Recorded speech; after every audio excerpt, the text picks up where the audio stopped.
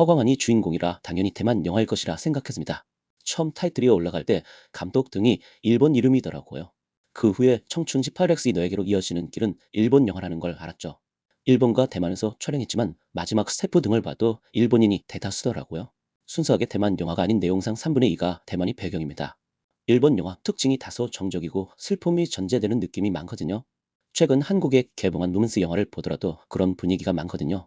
대만 로맨스는 이에 비해 좀 더 밝고 화사한 느낌이 강하게 듭니다. 한국 로맨스는 이런 쯤이 제가 볼 때는 전부 골고루 섞인 느낌이고요. 일본 영화 서사가 대체적으로 슬프게 된다는 쯤은 이 영화에서도 나옵니다. 영화 초반에 무척이나 조용하게 시작됩니다. 대사도 차분하고 톤도 무겁습니다. 분명히 화광한이 나오는데도 그렇더라고요. 원딱 테이블에서 사람들이 하나둘씩 손을 듭니다.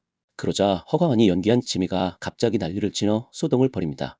이 과정이 거의 무음으로 나옵니다. 지미는 타이페이에서 크게 성공을 거둔 사업가였는데 잘린 후 타이완으로 돌아옵니다. 이때부터 본격적으로 영화가 시작되는데요. 지미는 오로지 사업을 성공시키기 위해 앞만 보고 달렸습니다. 그랬던 회사였는데 물러나게 된 거죠.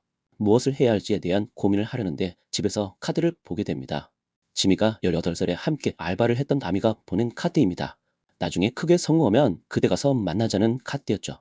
아미 역할은 키어라 카야가 했는데요. 전혀 기억은 없는데 나는 내일 어제 너와 만난 데서 나왔더라고요. 처음에 얼굴이 나오질 않으며 목소리만 나오는데 친숙하더라고요. 제가 본 일본 영화나 드라마에 나온 배우라고 생각했거든요.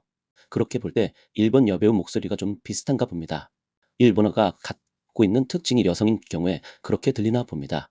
아미는 일본인인데 대만에 영화를 와서 그만 직업을 잃어버리며 돈이 떨어졌거든요. 알바를 하게 된 이유입니다. 지미와 아미가 알바하는 곳은 노래방인데요. 지미는 원래 이곳에 예쁜 여자애들이 많이 온다는 친구 게임에 속하게 되었습니다. 재미도 없고 늦잠 자며 출근할 정도죠. 그럴 때 아미가 등장하자 모든 게 달라졌죠. 아미가 이곳에서 알바를 하자 동네가 난리가 납니다. 시대의 배경은 2000년대 중반인데요. 일본 여자가 알바를 한다는 사실만으로도 동네에 화제가 되었고, 더구나 예쁘게 생긴 여자가 노래방 알바를 하니 다들 노래도 부르러 와서 아미도 보면서 대박이 나죠. 영화는 회사를 그만두게 되면서 마지막 업무를 위해 일본으로 갑니다. 그곳에서 업무 하나만 끝내고 아무런 목적 없이 여행을 합니다. 말은 그렇게 했지만 지미가 가는 곳은 아미가 살고 있는 시골이었죠. 지미가 원래 농구 선수까지 꿈꾸기도 해서 슬램덩크를 좋아했는데요. 슬램덩크로 유명해진 카마쿠아 지역이 나오는데요. 여기가 최근 슬램덩크 애니 영화가 만들어지며 엄청난 방문이라고 하던데요. 그걸 또 이렇게 영화로 추억을 찾아가는 걸 보니 어딘지 재미있더라고요. 아미는 그림 실력이 좋아 노래방벽을 직접 벽화를 그리게 되고 해요.